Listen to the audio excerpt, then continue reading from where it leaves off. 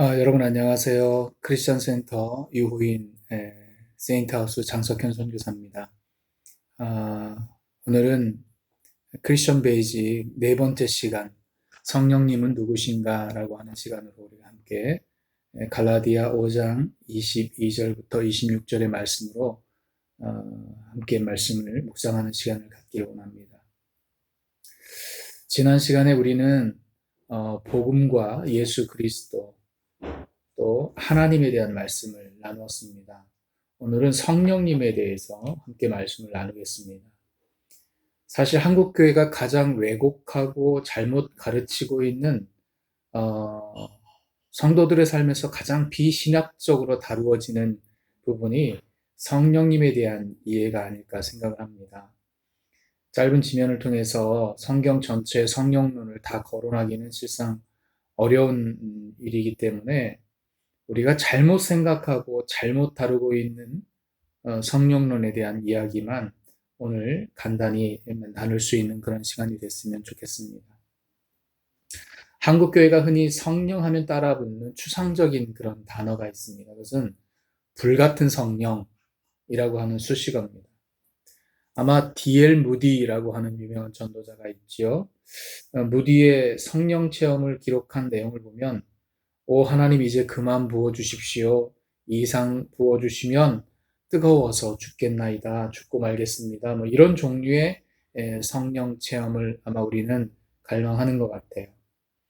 평양 대부흥 운동에 관한 그런 책들을 읽다 보면 속이 타는 듯이 뜨거워서 대굴대굴 성도들이 불렀다. 뭐 이런 표현들을 사용합니다. 하여튼 한국 사람들은 정열적이어서 그런지 뜨거운 뭐 이런 표현들을 굉장히 좋아하는 것 같아요. 또 하나의 성령 무브먼트 안에 일어나는 운동 가운데 유명한 게 빈야드 운동이 있죠. 빈야드 운동에 나타나는 성령 활동에 대해서 역시 대표적인 것이 뭐 홀리랩이라고 하죠. 거룩한 웃음이라고 하는 현상이나 또 사람들이 쓰러진다든지 또는 최근 알파 코스 등에서 나타나는 신비 현상 또 금리로 변하는 현상 이런 것들이 성령 운동가들의 신비성으로 보여지면서 어쩌면 한국교회의 성령 운동을 대표하는 그런 모습으로 나타나는 것이 현실입니다. 근데 정말 이게 맞는 걸까요? 아마도 신비적인 것이나 불같이 뜨거운 성령을 말하는 대부분의 사람들은 요한이 불과 성령으로 세례를 주는 것, 뭐 이렇게 표현한 단어라든지 사도행전 2장에 보면 성령이 강림하셨을 때에 불의 혀처럼 갈라지는 것들 뭐 이런 것들이 있었죠. 그래서 아마도 불과 연관돼서 성령의 현상들을 설명하려고 하는 그런 노력들이 있는 것 같습니다. 그런데 여기에서 몇 가지 지적할 내용들이 있습니다. 한 세 가지로 우리가 말씀을 오늘 나눌까 하는데요. 첫 번째는 성령은 본래 자신을 드러내는 하나님이 아니시라는 점입니다. 자기를 주도적으로 나타내셔서 일하시는 하나님이 아니시라는 거예요. 전통적인 개혁신학 아래서 성령은요, 원래 부끄러워하시는 하나님으로 표현합니다. 그 자신을 나타내거나 드러내시지 않으시고 다만 그리스도와 말씀을 조명하시는 하나님으로 성경이 묘사하고 있습니다. 은사주의자들이나 신비주의자들 또 오순절주의의 성령운동은 그러므로 성령에 대한 잘못된 토대가 있다고 생각합니다. 성령의 체험이 단순히 우리의 내면의 뜨거운 경험이나 신비로 나타나는 것이 아니라 요한복음 14장 26절의 말씀에서처럼 보혜사 곧 아버지께서 내 이름으로 보내실 성령 그가 너희에게 모든 것을 가르치고 내가 너희에게 말한 모든 것을 생각나게 하시리라는 것입니다. 이 말씀을 깊이 다시 묵상해 보면 예수님께서 주신 말씀을 새롭게 조명하셔서 우리를 가르치시는 역할을 하신다는 것이죠. 아마도 그 가운데에 그 말씀 안에서 회개가 일어나고 말씀을 깨닫게 하셔서 마음이 뜨거워지는 내적 경험을 할 수도 있을 겁니다. 또 그런 말씀의 그 깨달음과 또 말씀의 그런 능력을 통해서 우리의 영과 마음이 치료되는 경험을 할 수도 있습니다. 그러나 불같이 뜨거운 것이 성령의 진짜 목적은 아니라는 거죠. 여러분, 실상 사도행전의 불의 경험은요, 우리가 불같이 뜨거운 성령 이렇게 말하지만 사실은 불 같은 성령이 아니었어요. 내면이 뜨거워지는 불 같은 이 아니라 사실은 실제 불이 임했던 사건입니다. 우리의 눈에 실제로 보였던 불이에요. 바람 같은 이 아니라 실제 체감하는 움직이는 바람의 움직임이었습니다. 추상적이고 감상적인 것이 아닌 그런 오늘날은 경험해보지 못한 실제 가시적인 그런 사건이었다는 거죠. 우리는 이것을 자꾸만 내적인 신비의 경험으로 바꾸려고 합니다. 그래서 신비주의에 빠지는 거죠. 이런 내적 체험을 한 것을 마치 영계가 열린 내적 체험으로 비화해 가는 것이죠. 그러나 다시 말씀드립니다마는 성령은 신비의 영이 아니라 말씀을 조명하셔서 우리에게 하나님 나라를 깨닫게 하시는 부끄러움이 많은 영이시라는 사실입니다. 잘못된 성령의 이해로 우리가 체험적이고 신비주의적 신앙으로 가게 되는 그런 결과를 가지게 됩니다. 기독교 역사에 흔히 나타나던 영지주의자들이 있었죠.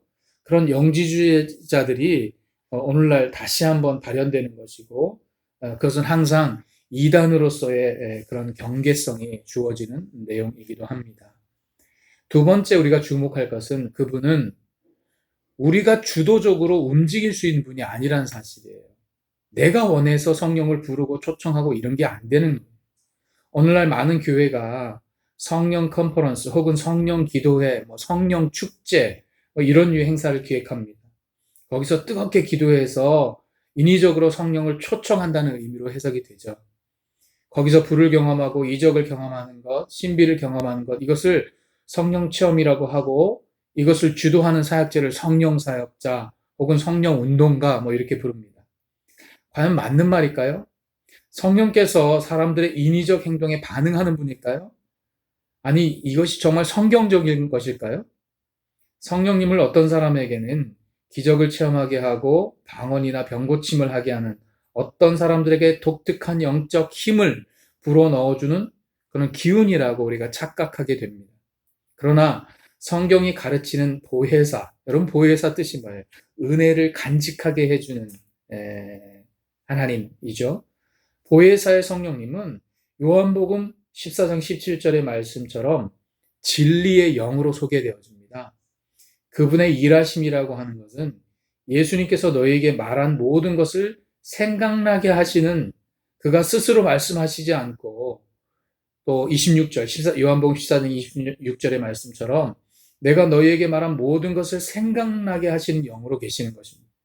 다시 말해 성령님은요, 예수님께서 우리에게 주신 말씀을 재조명하고 깨닫게 하시고 그래서 우리의 죄를 생각나게 하셔서 제자로 살아가도록 우리를 돕는 영이시라는 것입니다.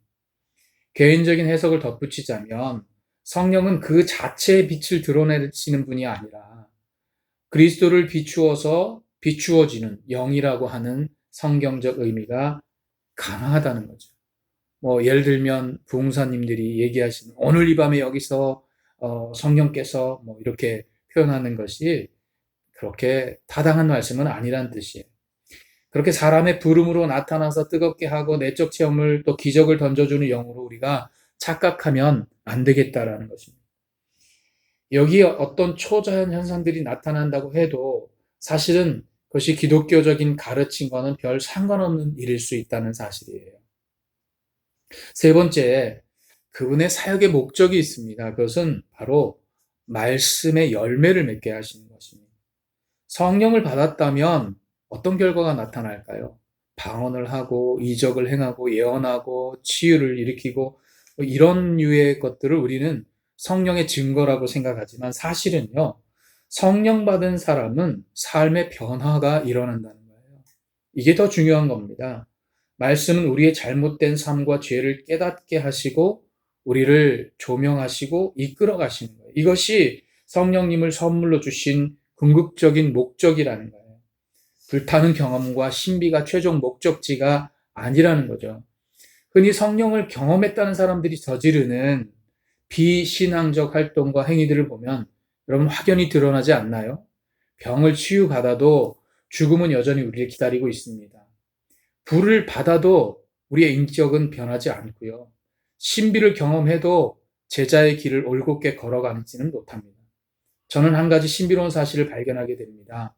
제자들이 전도하는 동안에 성경의 어떤 내용에도 제자들이 예수님의 기적과 신비를 빌려서 성령님을 초청해서 거기에 기적과 신비와 예언을 일으키는 무슨 그런 활동을 했다는 그런 내용의 기록이 신약 성경에 없다는 거예요.